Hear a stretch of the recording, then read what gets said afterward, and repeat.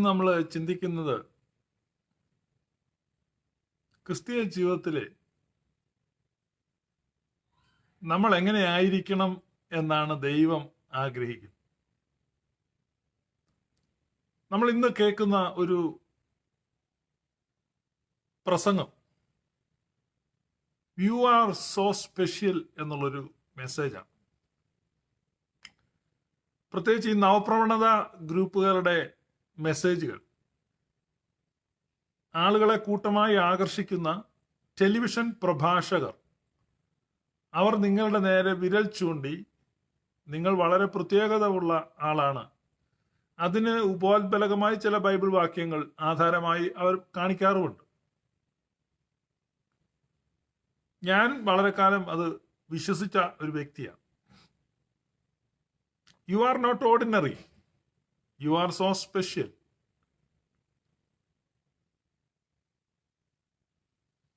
പക്ഷേ നാം ദൈവത്താൽ തിരഞ്ഞെടുക്കപ്പെട്ടവരും ദൈവത്തിന്റെ പുത്രൻ നമുക്ക് വേണ്ടി മരിച്ചതുമാണ്. നിശ്ചയമായും നമ്മൾ നിസ്സാരക്കാരല്ല. പക്ഷേ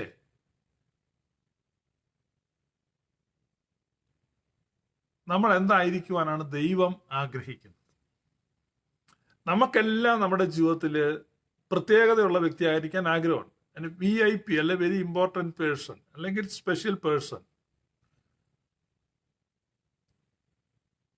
നമ്മൾ എയർപോർട്ടിൽ വന്ന് കൊച്ചി ഇന്റർനാഷണൽ എയർപോർട്ടിൽ ഇറങ്ങി നമ്മൾ സാധാരണ ക്യൂവിൽ ജനറൽ ക്യൂവിൽ നിൽക്കുമ്പോൾ അവിടുന്ന് ഒരു ഓഫീസർ വന്ന് നമ്മുടെ ബാഗ് വാങ്ങി നമ്മളെ കൂട്ടിക്കൊണ്ട് പോകുമ്പം അങ്ങനെ നമ്മളൊന്ന് ഭാവന കണ്ടു നമുക്ക് നല്ലൊരു രസം തോന്നും. പലപ്പോഴും നമ്മുടെ പകൽക്കിനാവുകളിൽ നമ്മൾ സ്പെഷ്യൽ ആകുന്നതിനെ കുറിച്ച് നമ്മൾ സ്വപ്നം കാണാറുണ്ട്. സാധാരണക്കാരനാകുന്നതിനെ കുറിച്ച് നമ്മൾ സ്വപ്നം കാണാറില്ല.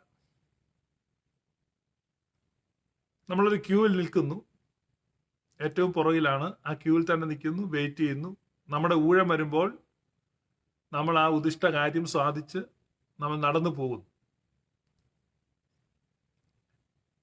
മനുഷ്യന്റെ സ്പെഷ്യൽ ആകാനുള്ള, വിശേഷ വ്യക്തിയാകാനുള്ള ഒരു വ്യഗ്രത, ആ വ്യഗ്രതയെ ചൂഷണം ചെയ്താണ് ഇത്തരം ഉപദേശങ്ങൾ വളരുന്നത്. ദൈവത്തിന്റെ പുത്രൻ അസാധാരണത്വം ഉള്ളവനാണ്.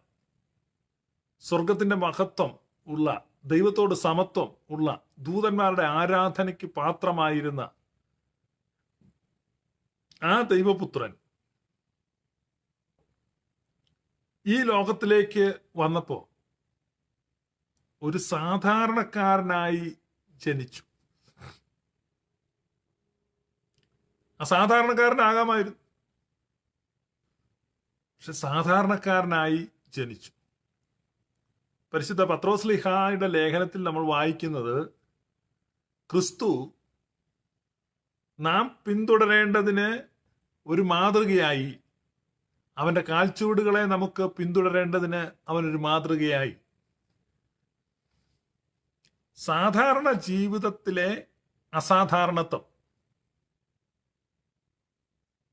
അതാണ് ഗ്ലോറി ഓഫ് ക്രിസ്ത്യൻ ലൈഫ്. ക്രിസ്തീയ ജീവിതത്തിന്റെ മഹത്വം അസാധാരണക്കാരനാകുന്നതിലല്ല, സാധാരണക്കാരൻ ആകുന്നതിലാണ്. Glory of Christian life. ഇപ്പൊ ക്രിസ്തീയ ജീവിതത്തിന്റെ മഹത്വം നിങ്ങൾക്ക് ധരിക്കാൻ ആഗ്രഹമുണ്ടെങ്കിൽ സാധാരണക്കാരനാകുന്നതിനെ കുറിച്ച് നിങ്ങൾ സ്വപ്നം കാണാൻ തുടങ്ങണം. നിങ്ങളിൽ എന്തെങ്കിലും അസാധാരണത്വം ഉണ്ടെങ്കിൽ, അല്ലെങ്കിൽ നിങ്ങൾ ഏതെങ്കിലും തരത്തിലുള്ള പ്രിവിലേജുകൾ എൻജോയ് ചെയ്യുന്നുണ്ടെങ്കിൽ, നിങ്ങൾ ചെല്ലുമ്പോൾ നിങ്ങളുടെ പെട്ടിയെടുത്ത് നടക്കാൻ ഒരാളുണ്ടെങ്കിൽ അതിനെ വിലക്കിയിട്ട് നിങ്ങൾ സ്വന്തമായി ആ പെട്ടി എടുത്തുകൊണ്ട് പോകുന്നത് സ്വപ്നം കാണും.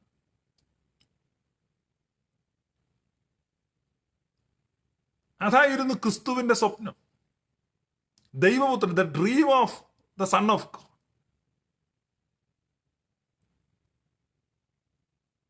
അത് കേവലം ഒരു ദിവസത്തേക്കല്ല, തൻ്റെ ഹോൾ ലൈഫിൽ, താൻ ജനിച്ച് പിറക്കാൻ പോലും സ്ഥലമില്ല. ബെയ്ത്ലഹേമിൽ തന്റെ മാതാവും വളർത്തുപിതാവും നിറഗർഭിണിയായ അമ്മയും വളർത്തുപിതാവും ആ തിരക്കുള്ള രാത്രി ബെയ്ത്ലഹേമിൽ താമസിക്കാൻ സ്ഥലമില്ല നടക്കുക. വർഷങ്ങൾക്ക് മുമ്പ് ഞാൻ ഓർക്കുന്നുണ്ട്, ഒരു സ്കൂൾ തുറക്കുന്ന സീസണിൽ എനിക്ക് ബോംബെക്ക് പോകണമായിരുന്നു. നേരത്തെ ടിക്കറ്റ് ബുക്ക് ചെയ്യാൻ സാധിച്ചില്ല, പക്ഷേ അത് മാസങ്ങൾക്ക് മുമ്പ് ബുക്ക് ചെയ്യണമായിരുന്നു. ഞാൻ അത്യാവശ്യം നേരത്തെ ബുക്ക് ചെയ്തതാണ്, പക്ഷേ റിസർവേഷൻ കിട്ടിയില്ല, വെയിറ്റിംഗ് ലിസ്റ്റിലാണ്. ഞാനും എൻ്റെ ഭാര്യയുമുണ്ട്, ഞങ്ങൾ രണ്ടും പേരും പോവാം. ഫ്ലൈറ്റിൽ നിന്നും ടിക്കറ്റ് ഇല്ലായിരുന്നു, വളരെ തിരക്കുള്ള സമയമാണ്. നാഗപ്പാട് ഇന്ത്യൻ എയർലൈൻസിന്റെ ഒരു ഫ്ലൈറ്റേ ഉള്ളൂ ബോംബെക്ക്, അത് 1 വീക്ക് ഫുൾ ബുക്കിംഗ് ആണ്, ഒരു നിവൃത്തിയില്ല. അപ്പോ ആ ട്രെയിനിൽ നിന്ന് പോകണം ബോംബെ വരെ. ഇപ്പൊ എൻ്റെ കൂടെയുള്ള ഒരു പാസ്റ്റർ, അദ്ദേഹം വളരെ ഓടി നടന്ന് പ്രയാസപ്പെട്ട് 2 റിസർവേഷൻ ഒപ്പിച്ചുകൊണ്ട് തന്നു. ആ ട്രെയിൻ വിടുന്നതിന് മിനിറ്റുകൾക്ക് മുമ്പ് ആ റിസർവേഷൻ ഒപ്പിച്ചുകൊണ്ട് തന്ന്. അങ്ങനെ ഞങ്ങൾക്ക് ബെർത്തൊക്കെ കിട്ടി. 2 ബോഗിയിലൊക്കെ ആയിട്ടാണ് ബെർത്ത് കിട്ടി, പക്ഷെ ഞങ്ങൾക്ക് വലിയ കുഴപ്പമില്ലാതൊരു ബെർത്ത് കിട്ടി. അപ്പൊ ഞാൻ ഓർക്കുന്നത്, എൻ്റെ ആ പ്രയാസം കണ്ടപ്പോൾ എൻ്റെ കൂടെ ഉണ്ടായിരുന്ന ഒരു പാസ്റ്റർ അത്രമാത്രം പ്രയാസപ്പെട്ട് എനിക്ക് ആ ടിക്കറ്റ് അല്ലെങ്കിൽ ആ ബെർത്ത് ഒപ്പിച്ചത്. നിങ്ങളുടെ എല്ലാം ജീവിതത്തിൽ ഇങ്ങനെ അനുഭവം പല സന്ദർഭത്തിൽ. ഇപ്പൊ നമുക്ക് ആ ക്രിസ്തുമസ് രാത്രിയിലോട്ട് പോവാം. ബെയ്ത്ലഹേമിൽ ദൈവപുത്രൻ ഒന്നും ചെയ്യാൻ കഴിയുകയില്ലായിരുന്നു. നിങ്ങളുടെ ജീവിതത്തിലെ ചെറിയൊരു അസൗകര്യം, നിങ്ങളുടെ ജീവിതത്തിലെ ചെറിയൊരു ഞെരുക്കം, ചെറിയൊരു ചുരുക്കം, ചെറിയൊരു അസ്വസ്ഥത നിങ്ങളെ വല്ലാതെ ബോധർ ചെയ്യുന്നുണ്ട്. നിങ്ങൾ ചോദിക്കുന്നു, വേർ ഈസ് ഗോഡ്? ദൈവം എവിടെ പോയി? ദൈവം എന്നെ കാണുന്നില്ലേ? ഞാനൊരു ക്രിസ്ത്യാനിയല്ലേ? ഞാൻ ഇത്ര എന്നെ പരിഗണിക്കേണ്ടതല്ലേ? ഞാൻ പരിഗണിക്കപ്പെടേണ്ട ഒരു വ്യക്തിത്വമല്ലേ? ഞാനിപ്പോ എത്രയോ നാളായി സുവിശേഷം പ്രസംഗിക്കുന്നു. 10-28 കൊല്ലമായിട്ട് സുവിശേഷം പ്രസംഗിക്കുന്നു. 25 കൊല്ലം ഞാൻ പാസ്റ്ററായിട്ട് കർത്താവിനെ ശുശ്രൂഷിച്ചു. ഇപ്പോഴാണെങ്കിൽ ഞാൻ 3 കൊല്ലമായിട്ട് പ്യുവർ ഓർത്തഡോക്സി പ്രസംഗിക്കുന്നു. ഞാനൊരു പരിഗണിക്കപ്പെടേണ്ട വ്യക്തിയാണ്. എന്നെ നിസ്സാരമായിട്ടൊന്നും വിടാൻ പറ്റത്തില്ല. ഇനി ഈ ഭൂമിയിൽ ആര് പരിഗണിച്ചില്ലേലും കർത്താവ് എനിക്ക് വേണ്ടി കാര്യങ്ങളെല്ലാം ചെയ്തതാണ്. കാരണം ഞാനൊരു പ്രിവിലേജ്ഡ് പേഴ്സൺ. നമ്മളെല്ലാം നമ്മളെപ്പറ്റി ചിന്തിക്കുന്നത് ഇങ്ങനെയാണ്. നമ്മൾ പരിശുദ്ധ അമ്മയെപ്പറ്റി, യൗസേപ്പ് പിതാവിനെ പറ്റി ചിന്തിക്കുക. സകലത്തെയും തന്റെ ശക്തിയുള്ള വചനത്താൽ വഹിക്കുന്ന ദൈവപുത്രനെ ഉദരത്തിൽ വഹിക്കുകയാണ്. ആ പരിശുദ്ധ മറിയത്തിന് സ്ഥലം കിട്ടിയില്ല. ഇപ്പൊ സാധാരണ ജീവിതമാണ്. നോ വേക്കൻസി ബോർഡുകളാണ് എല്ലായിടത്തും. No vacancy. ബെയ്ത്ലഹേമിലെ കല്ലിന്റെ ഗുഹയിലേക്ക് മറിയത്തെ തനിച്ചിറക്കി വിട്ടിട്ട് ആ ഗുഹാ കവാടത്തിൽ യൗസേപ്പ് പിതാവ് കാവലിൽ.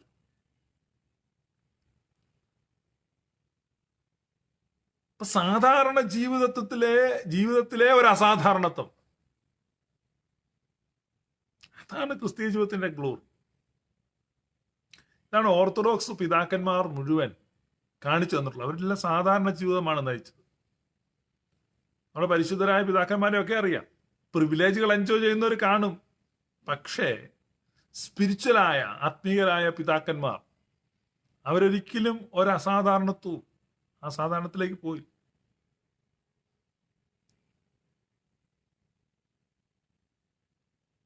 നമ്മുടെ മലങ്കര ഓർത്തഡോക്സ് സഭയിലെ യാക്കൂബ് മാർ ഏലിയാസ് തിരുമേനി കഴിഞ്ഞ ദിവസം തിരുമേനിയെ ഒരാള് വിളിച്ച സമയത്ത് ഞാനല്ലേ വിളിച്ച, എനിക്ക് അദ്ദേഹത്തെ പരിചയമില്ല കേട്ടോ. എന്നോട് ഒരാൾ പറഞ്ഞ. അപ്പൊ അദ്ദേഹം വിളിച്ചപ്പോൾ തിരുമേനി താമസിക്കുന്ന സ്ഥലത്ത് നിന്ന് ഓപ്പോസിറ്റ് ഒരു കടയിൽ പോയി ബ്രേക്ക്ഫാസ്റ്റ് വാങ്ങിക്കൊണ്ട് നടന്നു പോരുക എന്ന് പറഞ്ഞു. അപ്പൊ ഇദ്ദേഹം ചോദിച്ചു, അവിടെ വേറെ ആരും ഇല്ല തിരുമേനി മേടിച്ചുകൊണ്ട് വരാനെന്ന് ചോദിച്ചപ്പോൾ അതിനിപ്പോ എല്ലാം നമ്മുടെ ഫുഡ് പോയി നമ്മൾ മേടിക്കും. That's the greatness. മനുഷ്യപുത്രൻ ശുശ്രൂഷിക്കാൻ വേണ്ടി അല്ല, ശുശ്രൂഷിക്കപ്പെടാൻ വേണ്ടിയല്ല, ശുശ്രൂഷിക്കാൻ വേണ്ടിയാണ് വന്നത്. അപ്പൊ നമ്മളെല്ലാം ആഗ്രഹിക്കുന്നത് ശുശ്രൂഷിക്കപ്പെടാനാണ് ഒരളവ് വരെ. അപ്പൊ സ്വന്തം കാര്യങ്ങൾ സ്വന്തമായിട്ട് ചെയ്യുക, സാധാരണക്കാരനാവുക, അതിലാണ് അസാധാരണത്വം. നിവൃത്തികേട് കൊണ്ടല്ല, തീരുമാനം കൊണ്ട് നമ്മൾ സാധാരണക്കാരനാകുമ്പോൾ അത് നമ്മെ അസാധാരണക്കാരനാക്കി മാറ്റും. ബൈ ചോയ്സ്, നിങ്ങളുടെ തിരഞ്ഞെടുപ്പിനാൽ, നിങ്ങളുടെ തീരുമാനത്താൽ നിങ്ങളൊരു സാധാരണ ജീവിതം നയിക്കാൻ ആഗ്രഹിക്കുമ്പോൾ, യോഹന്നാന്റെ സുവിശേഷം 15 പറയുന്നു, സ്നേഹിതന്മാർക്ക് വേണ്ടി തന്റെ ജീവനെ കൊടുത്തു. യേശു കർത്താവ് സ്നേഹിതന്മാർക്ക് വേണ്ടിയാണ് ജീവനെ കൊടുത്തത്. നല്ല ഇടയൻ ആടുകൾക്ക് വേണ്ടി തന്റെ ജീവനെ കൊടുക്കുന്നു. എഫേസ്യൻ ലേഖനം വായിക്കുമ്പോൾ തന്റെ കാന്തയ്ക്ക് വേണ്ടി അവൻ തന്റെ ജീവനെ കൊടുത്തു. അപ്പൊ ക്രിസ്തു തന്റെ ജീവനെ കൊടുത്ത തന്റെ ആടുകൾക്ക് വേണ്ടി, തന്റെ സ്നേഹിതന്മാർക്ക് വേണ്ടി, തന്റെ കാന്തയ്ക്ക് വേണ്ടി, പല വിശേഷണങ്ങളാണ്. അപ്പൊ ആ അർത്ഥത്തിലെല്ലാം നാം ക്രിസ്തുവിന്റെ സ്നേഹിതന്മാരാണ്, നാം ക്രിസ്തുവിന്റെ കൈക്കീഴിലെ ആടുകളാണ്, നാം ക്രിസ്തുവിന്റെ കാന്തയാണ്. വി ആർ സോ പ്രിവിലേജ്ഡ്, നമ്മൾ സ്പെഷ്യൽ ആണ്.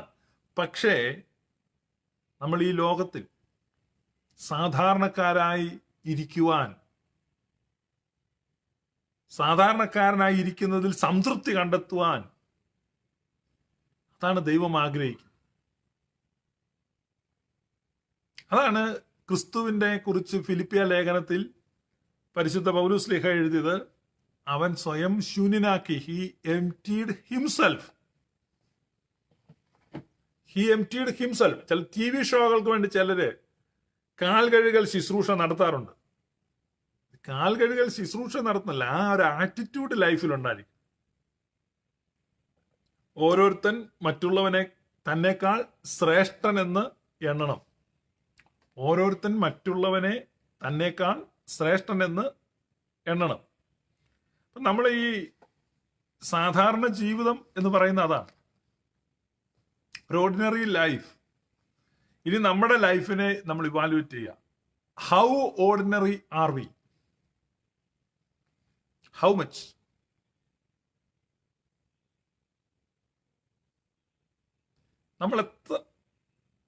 ഹൗ മച്ച് ഓർഡിനറിയാണ് നമ്മൾ? എത്ര മാത്രം സാധാരണത്താണ് നമ്മളിലുള്ളത്? നമ്മുടെ ലൈഫിൽ നമ്മുടെ വീടിന് സാധാരണത്വമുണ്ടോ? നമ്മുടെ വേഷത്തിന് സാധാരണത്വമുണ്ടോ? നമ്മുടെ ഭാഷയ്ക്ക് സാധാരണത്വമുണ്ടോ? നമ്മുടെ ഭക്ഷണത്തിന് സാധാരണത്വമുണ്ടോ? നമ്മുടെ വീട്, നമ്മുടെ വാഹനം, നമ്മുടെ വേഷം, നമ്മുടെ ഭാഷ, നമ്മുടെ ഭക്ഷണം, ഇതിലൊക്കെ നമുക്ക് സാധാരണത്വമുണ്ടോ? ഇതിലെവിടെയെങ്കിലും നമുക്ക് അസാധാരണത്വം ഉണ്ടെങ്കിൽ ആ അസാധാരണത്വം നമ്മളെ അൺഓർത്തഡോക്സ് ആക്കും. That is orthodoxy. ചില ആളുകൾ ഓർക്ക് ഈ ഒരു ഓർത്തഡോക്സ് ലൈഫ് സ്റ്റൈൽ എന്ന് പറഞ്ഞാൽ എന്തോ ഒരു പരട്ടത്തരമാണ്. സോറി കേട്ടോ, അത്ര വാക്ക് പറഞ്ഞു. ഈ ആശയം അതേപടി കൺവേ ചെയ്യാൻ വേണ്ടി എനിക്കതേ നിവൃത്തിയുള്ളൂ. ഞാൻ സാധാരണ വാക്കുകളല്ലേ ഉള്ളൂ. അപ്പൊ നമ്മൾ ഒരുമാതിരി ഒരു പരട്ട ജീവിതമാണ്. സാധാരണക്കാരനാകാൻ ആഗ്രഹിക്കുക. നിങ്ങളുടെ ആഗ്രഹത്താൽ, നിങ്ങളുടെ തീരുമാനത്താൽ, നിങ്ങളുടെ ഇച്ഛാശക്തിയാൽ നിങ്ങൾ സാധാരണക്കാരനാകുന്നെങ്കിൽ അതാണ് നിങ്ങളുടെ മേൽ ദൈവകൃപയുടെ അസാധാരണത്തെ കൊണ്ടുവരും. സാധാരണക്കാരനാവുക. Be ordinary, be orthodox. അവിടെയാണ് നമ്മൾ ഓർഡിനറി ആകുമ്പോഴാണ് നമ്മൾ ഓർത്തഡോക്സ് ആകുന്നത്. നമ്മളെ സംബന്ധിച്ച് നമ്മൾ ആരെയാണ് സ്നേഹിക്കുന്നത്? നമ്മൾ ആരെയാണ് മാനിക്കുന്നത്? നമ്മൾ ആരെയാണ് ബഹുമാനിക്കുന്നത്? So man of God is coming. ശൂനേംകാരത്തി തന്റെ ഭർത്താവിനോട് പറഞ്ഞു, നമ്മുടെ വഴിയായി പതിവായി പോകുന്ന ഒരു മനുഷ്യനുണ്ട്, അദ്ദേഹം ഒരു ദൈവപുരുഷനാണ് എന്ന് ഞാൻ കാണുന്നു, മനസ്സിലാക്കുന്നു. I acknowledge that he is a man of God. എന്താ അസാധാരണത്വം? Man of God. അപ്പൊ നമ്മൾ ഒരു മാൻ ഓഫ് ഗോഡ്, നമ്മുടെ മനസ്സിൽ പല ചിത്രങ്ങളാണ്. തിളങ്ങുന്ന വസ്ത്രങ്ങൾ ഇട്ട് കൊട്ടാരത്തിൽ നിൽക്കുന്ന ഒരാള്, അല്ലെങ്കിൽ എന്താണ്, അല്ലെങ്കിൽ ഒരു ബൈബിളൊക്കെ പിടിച്ച് കോട്ടും സ്യൂട്ടും ഒക്കെ ഇട്ട് TV സ്ക്രീനിലൊക്കെ പ്രത്യക്ഷപ്പെടുന്നു, അല്ലെങ്കിൽ വലിയ സ്റ്റേജിൽ ലൈം ലൈറ്റ് നിൽക്കുന്നു.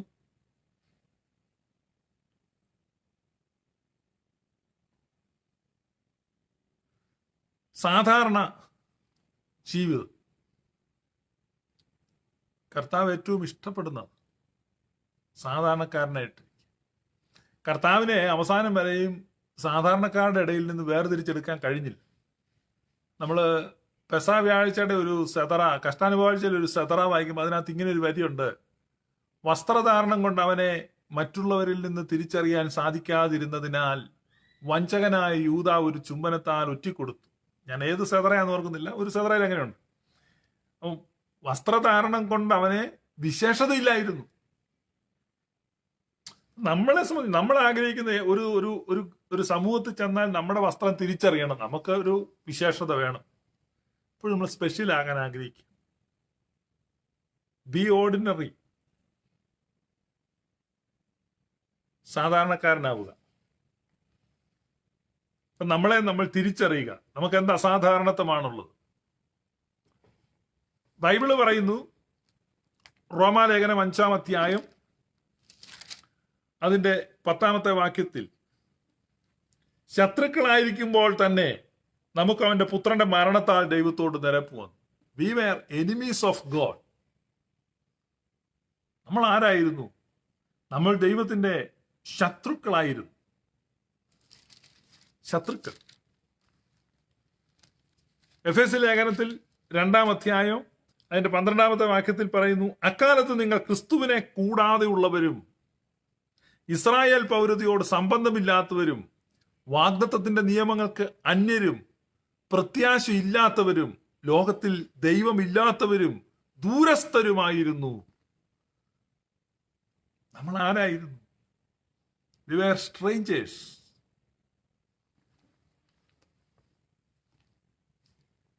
അന്യരായിരുന്നു, പരദേശികളായിരുന്നു. We were alienated from the commonwealth of Israel. ദൂരസ്ഥരായിരുന്നു. എസെക്കിയേൽ പ്രവചനം 20-ാം അധ്യായം 38-ാം വാക്യത്തിൽ പറയുന്നത് നമ്മൾ മത്സരഗൃഹമായിരുന്നു. We were rebels. മത്സരികളായിരുന്നു.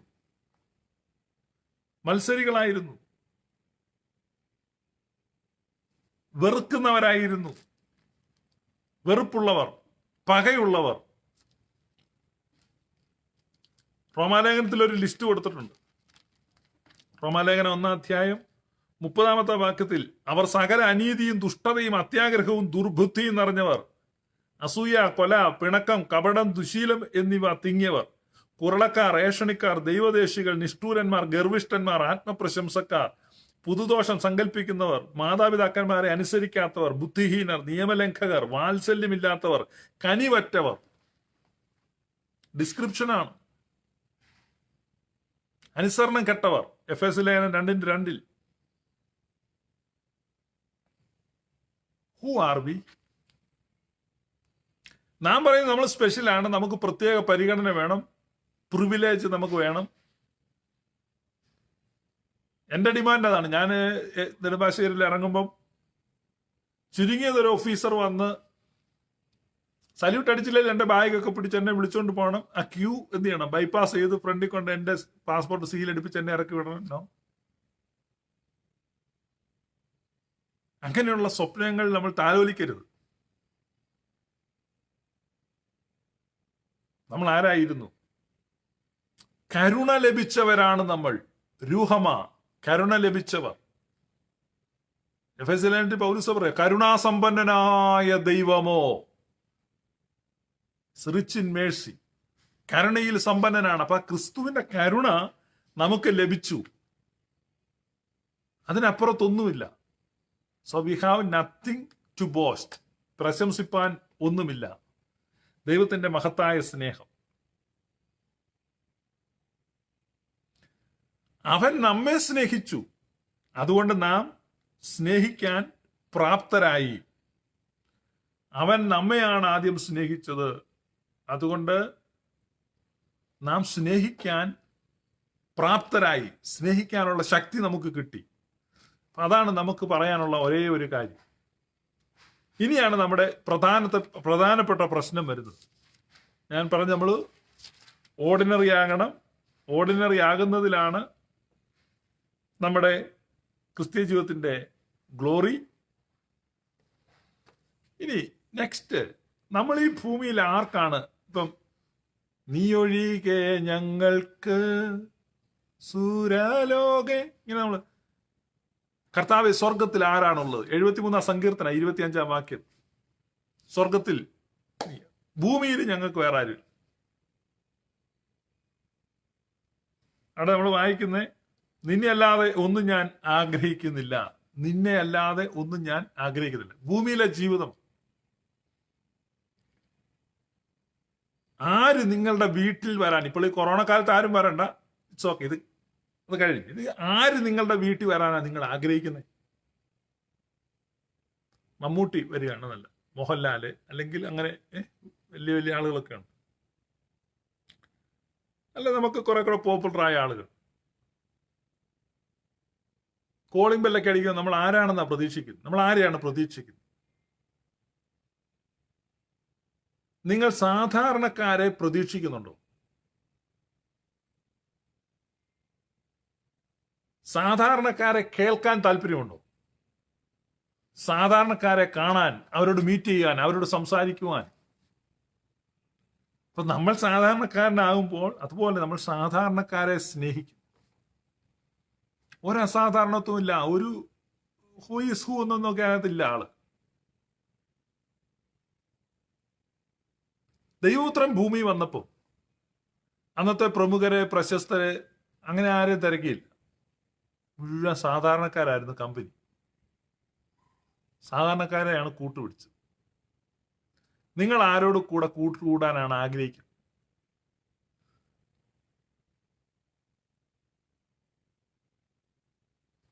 Ordinary people, സാധാരണക്കാർ. എത്രയും സാധാരണക്കാരാണ് നിങ്ങളുടെ ചുറ്റുമുള്ളത്, നിങ്ങളുടെ കോണ്ടാക്ട് ലിസ്റ്റിലുള്ളത്, നിങ്ങൾ ബന്ധപ്പെടുന്നത്. How much orthodox are you? നിങ്ങൾ എത്രമാത്രം ഓർത്തഡോക്സ് ആണെന്നുള്ളതിന്റെ ലിറ്റ്മസ് ടെസ്റ്റാണ്. നിങ്ങൾ എത്ര സാധാരണക്കാരനായിരിക്കുന്നു എന്നുള്ളതാണ് ഒരു ഓർത്തഡോക്സ് ആയിരിക്കുക എന്ന് പറഞ്ഞു.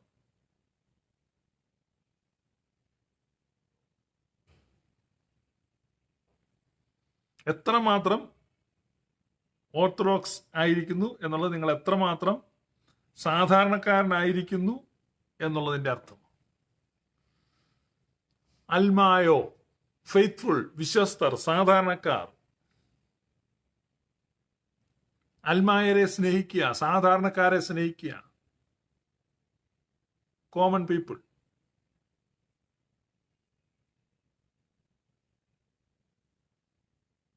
നിങ്ങളുടെ അയൽപക്കത്തുള്ള ഒരു സാധാരണ വ്യക്തിയെ നിങ്ങൾ കാണുമ്പോൾ, പരിശുദ്ധ കാതോലിക്ക ബാബ നിങ്ങളുടെ വീട്ടിൽ വരുന്ന പോലെ കാണാൻ പറ്റുമോ?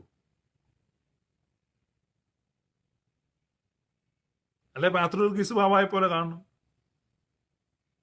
അല്ലെങ്കിൽ സഭയിൽ ഏതെങ്കിലും തിരുമേനിമാരെ പോലെ കാണണം, അല്ല പെനക്കോസ്റ്റൽ വിഭാഗത്തിൽപ്പെട്ടാണ് വലിയൊരു ചീഫ് പാസ്റ്റർ വരുന്ന പോലെ തോന്നണം, അല്ലെങ്കിൽ അത് വലിയ ഗ്രേറ്റ് പ്രീച്ചർ വരുന്ന പോലെ തോന്നണം, അല്ലെങ്കിൽ ഏത് മന്ത്രി വരുന്ന പോലെയോ പൊളിറ്റിക്കൽ ലീഡർ വരുന്നത് പോലെയോ.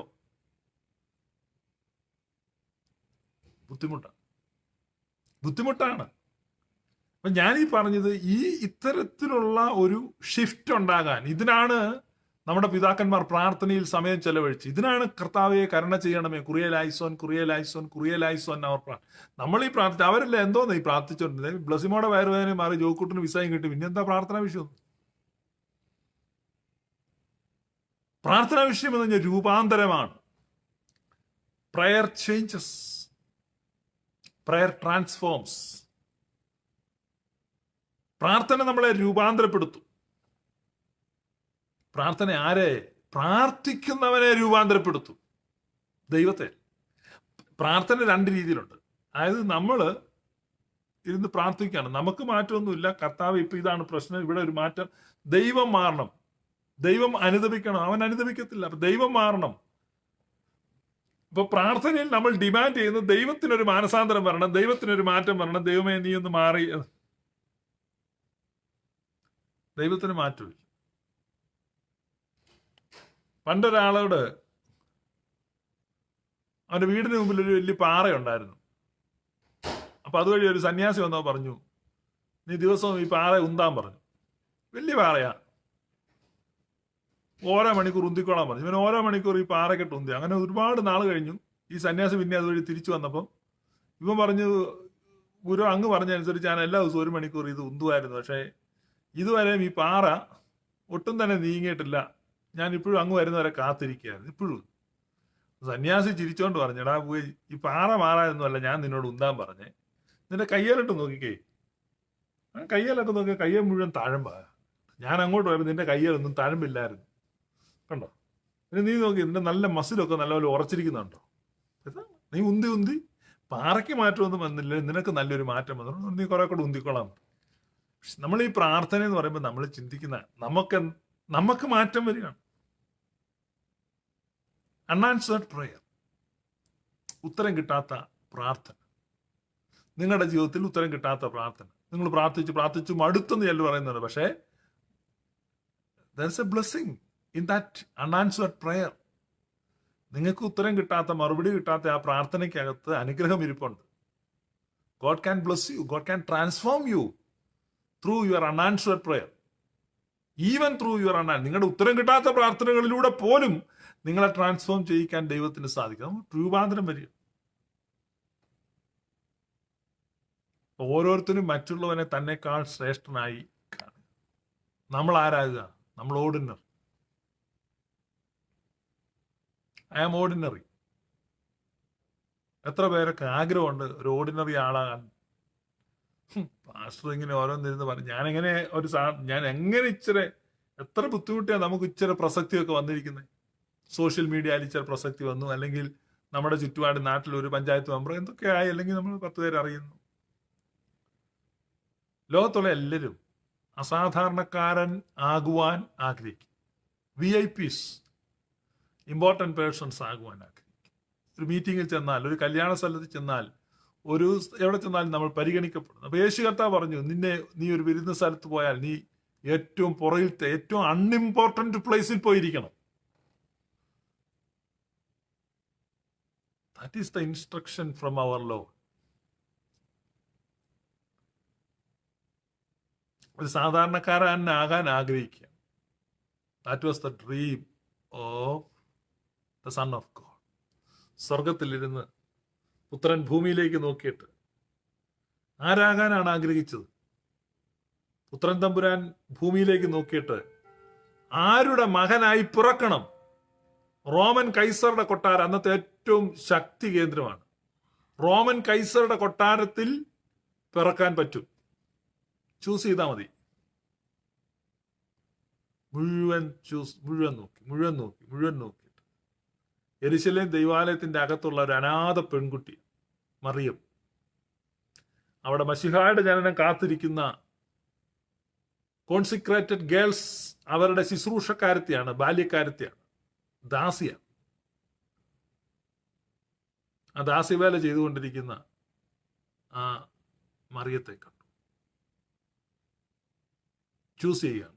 മശിഹായുടെ ജനനം കാത്തുവസിച്ചവരാ, രാജകുമാരികളെ ദൈവം കണ്ടില്ല. മശിഹായുടെ ജനനം കാത്തുവസിച്ചവരാ, രാജകുമാരികളെ ദൈവം കണ്ടില്ല.